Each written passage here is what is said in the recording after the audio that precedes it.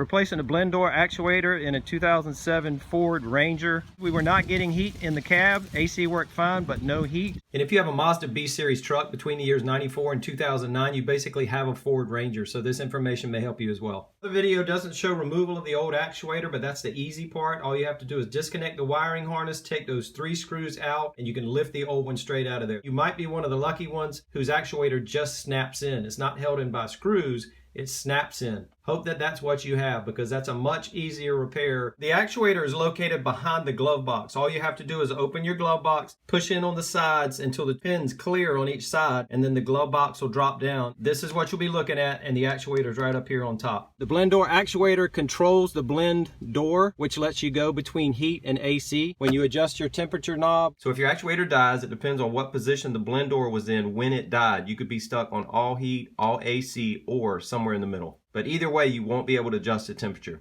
8mm open end wrench to get the 2 screws off in the front, reaching the bolt in the back, and 8mm, it's a screw really, 8mm screw in the back. And you can see I have a 1/4 inch ratchet with an 8mm socket on there.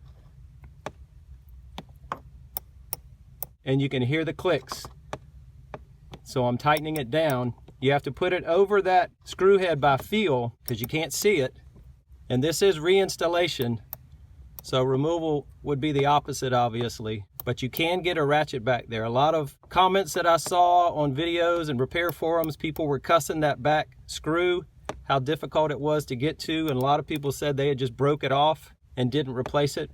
But this is how you can reach it with a 1/4 inch ratchet and an 8mm socket. And now,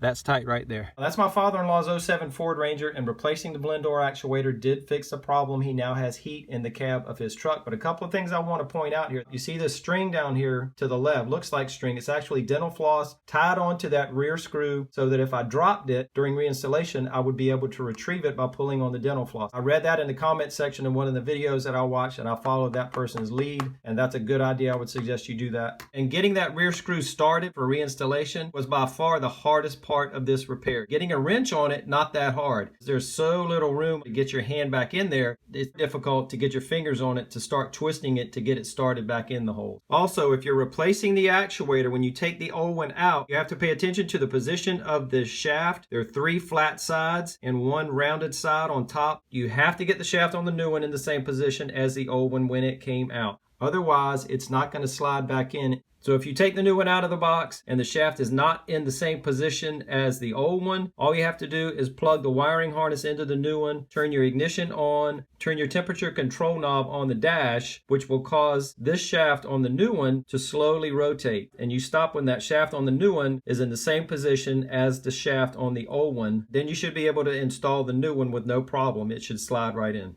Also, I'll put links down below to several videos that I watched in trying to figure out what the problem was. The main video being this one by Chris Fix, How to Fix a Car with No Heat. This is the one that led me to the blend door actuator, which, as you know, turned out to be the problem. So if you have no heat but you don't know what's wrong, check out this video by Chris Fix. Look for the link below. And I'll put a link for this actuator, bought off of eBay. This is the one we used in the repair. It says it fits Rangers from 1995 through 2011. Now you will see comments from people saying that they just took the front screws out and then took a screwdriver and pried up on the actuator to break off that screw in the back. And then when they reinstalled the new actuator, they only reinstalled the front screws and their actuator's been working fine. So that's another option for you if you want to do it that way, and apparently that'll work. That's it. If you do have the one that bolts down with the 3 screws, don't give up on that back screw. You can get to it with that 1/4 inch ratchet. I'm not saying it's easy, but you can do it. So don't give up. Don't break it off. Fix it right. Hope this helps. Thanks for watching.